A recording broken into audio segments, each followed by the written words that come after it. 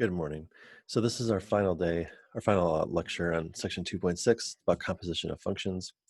And you've done this before. Composition is the operation where you take one function and you kind of put it into a second function.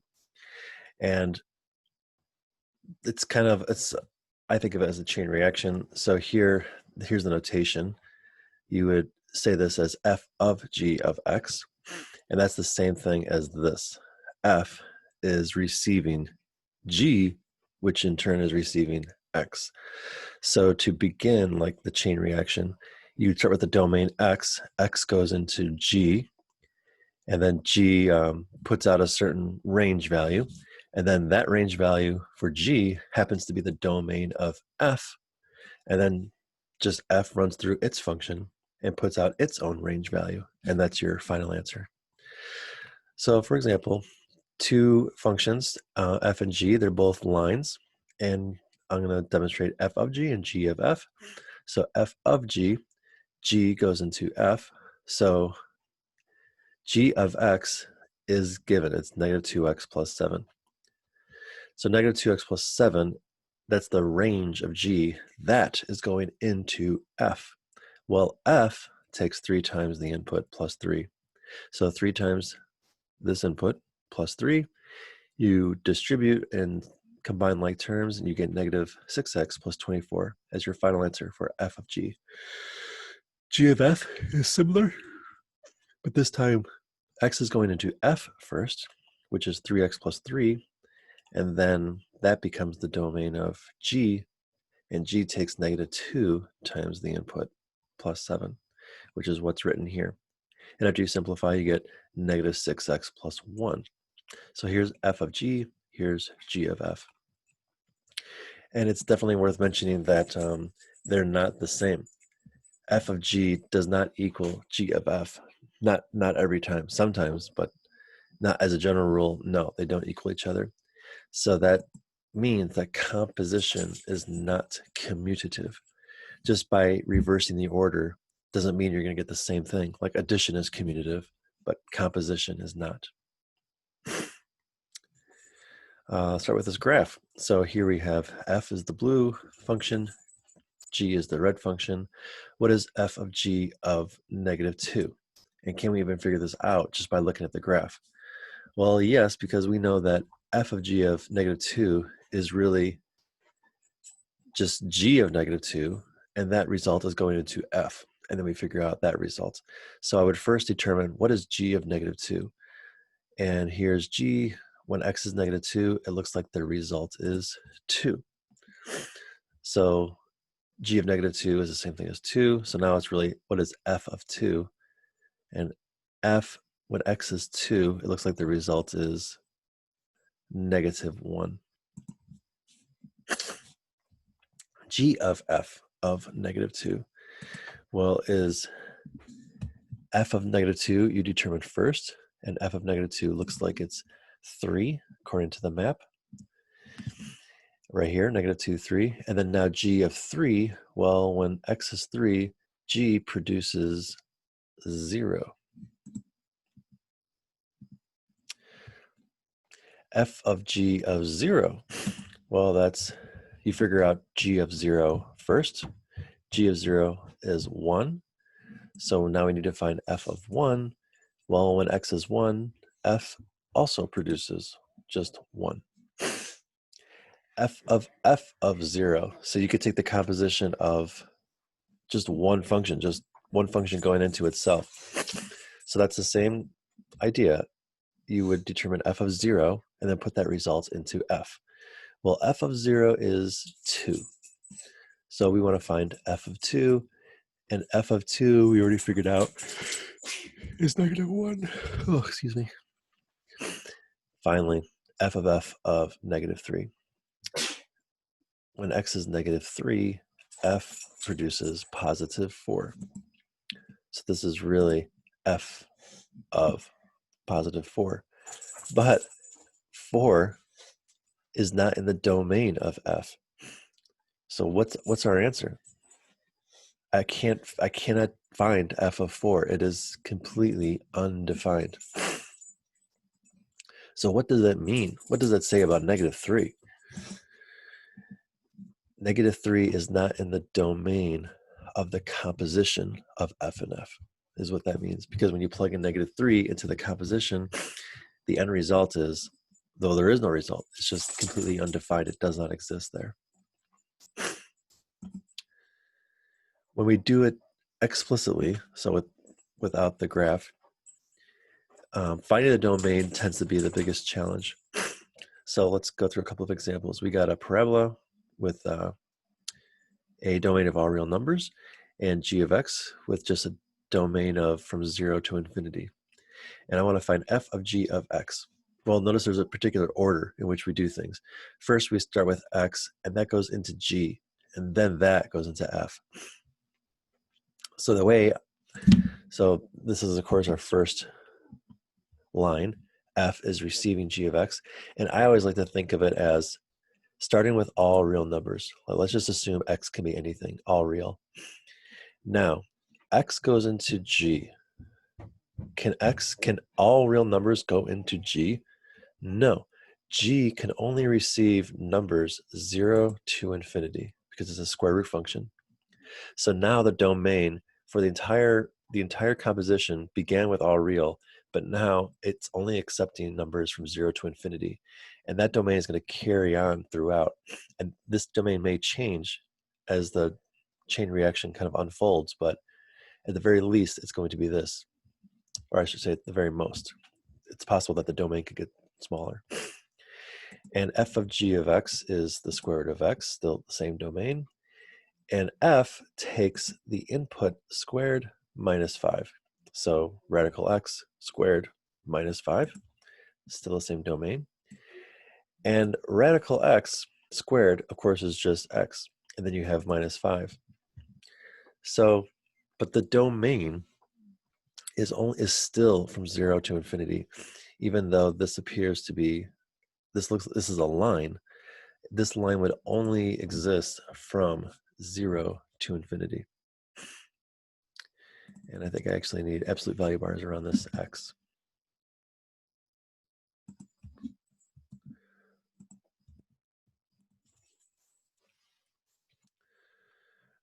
Reverse g of f of x. Well, again, I start off with x, assuming it's all real numbers. So g is receiving f of x. Remember, f of x was this parabola. Well, what's the domain of a parabola? Again, it's all real numbers, no problem there. So x squared minus 5, these two things are the same, so the domain is the same. But now g is receiving x squared plus 5. So g just takes the square root of what it receives. So it's taking the square root of x squared minus 5. So now the domain is not all real suddenly, because I can't take the square root of a negative. So x squared minus 5 has to be greater than or equal to 0. And I need to figure out those x values. The easiest way, I think, to find these x values is to think about the graph. So here's a parabola. This right here is y equals x squared. But x squared minus 5 is the same parabola, just sunk down 5 units. And I'm taking the square root of x squared minus 5. Well, I can't take the square root of these negative y values because you can't take the square root of a negative. I can only take the square root of this section and this section. So that tells me my domain. I need to figure out what x values produce this section and this section, because I can only take the square root of a positive number or 0. And that's what these two sections are kind of representing. Well, this over here, these are all the numbers from negative infinity, when x is negative infinity, all the way to this 0, which would be negative rad 5. And then this section begins at positive rad 5 and continues on to infinity. So this is our domain for g of f.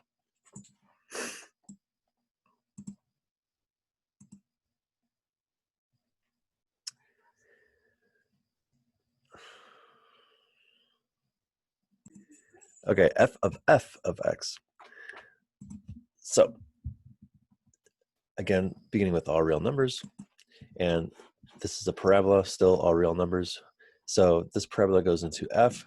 F, of course, squares what it receives and then subtracts 5. So I had to square x squared minus 5, which is x squared minus 5 minus x squared, or times x squared minus 5. You do a big double distribution here, and you get x to the 4th. Don't forget about this minus 5. And combine like terms. X to the 4th minus 10x squared plus 20. This is the composition of f of f. And the domain is all real. All x values were allowed. Last one. No, second to last one.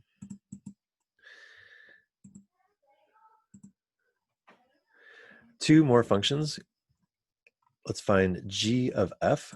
Again, my process, you start with all real numbers, and g is receiving f. Okay, now let's take a look at f. Can f receive all real numbers? No. There's a threat of division by 0. So what x value would make you divide by 0? Negative 1/2. So the domain now excludes negative 1/2. So essentially it's all real numbers except for negative 1/2. And that domain is going to continue on until it, unless there's a reason to add restrictions to the domain. But from the final answer will definitely include x not being negative 1/2. Well, f is 3 divided by 2x plus 1, and that is what g is receiving. G takes the number 4 divided by the input. So 4 divided by 3 divided by 2x plus 1. So now, clearly, x can still not be negative 1/2, but what about 3 divided by 2x plus 1? Because 4 is being divided by 3 divided by 2x plus 1. What will make that 0? And the truth is, this denominator will never be 0. But why not? Why won't it never be 0? There's two ways to think about it. One, in a number sense sort of way. This fraction is the number 3 divided by something. Well, we already know that x can't be negative 1/2, so we're not going to divide 3 by 0.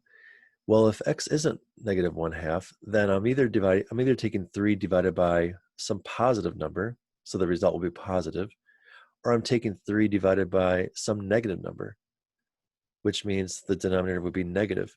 So there's no way this is going to be 0. It's always the number 3 divided by something, either a positive or a negative. So it'll never be 0.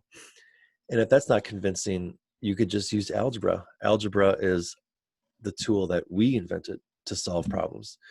So it serves us. And you should think like that. So 3 divided by 2x plus 1, if you're wondering, will this ever be 0? Well, set it equal to 0 and use algebra to help you, because algebra serves us. Well, to solve for x, you would multiply both sides by 2x plus 1. And on the left side, this 2x plus 1s cancel out. On the right side, 0 times anything is 0. So your result is 3 equals 0, which is a contradiction to say the least. So this contradiction was the result of us setting something equal to 0. So that means that this thing can never equal 0. So therefore, the domain just stays x is not equal to negative 1/2. So I'm done. The composition part is done, and I know the domain. You just had to simplify it and express the domain in interval notation. So how do you take 4 divided by a fraction? You flip and multiply. So you begin with 4. 4 is the same thing as 4 over 1. And you change division to multiplication, and you flip that divisor. So now 3 is on the bottom. And then you multiply. So I'm mixing multiplication with addition, so I have to distribute. This becomes 8x plus 4, all divided by 3. And that is our final answer. Make sure you express your domain in interval notation. Here's all real numbers except for negative 1/2.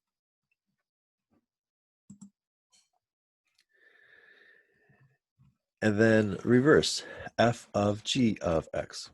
Well, begin with all reals. And now x is going into g first.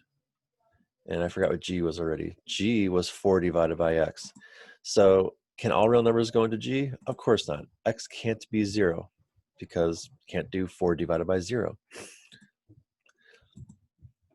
So now f is receiving 4 over x.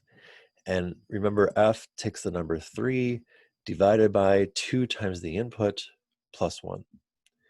And we already knew that x can't be 0, but I'm dividing by something new here. Can this be 0? Is it possible that that is 0?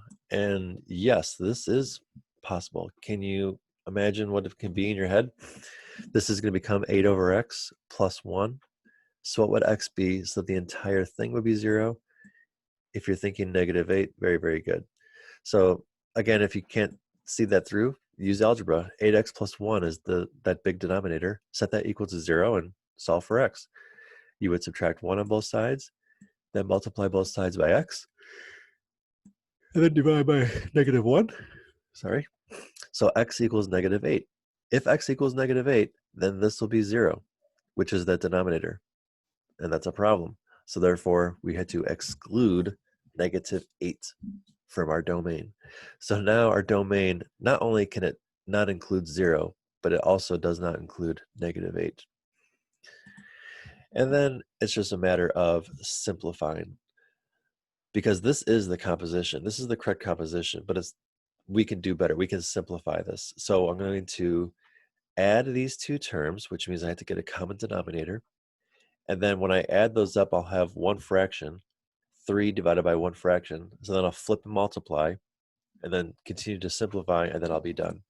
So how do I get these added together? Well, 1 is the same thing as x over x, isn't it? Now I got the same denominator, and I add them up. I get 8 plus x over x.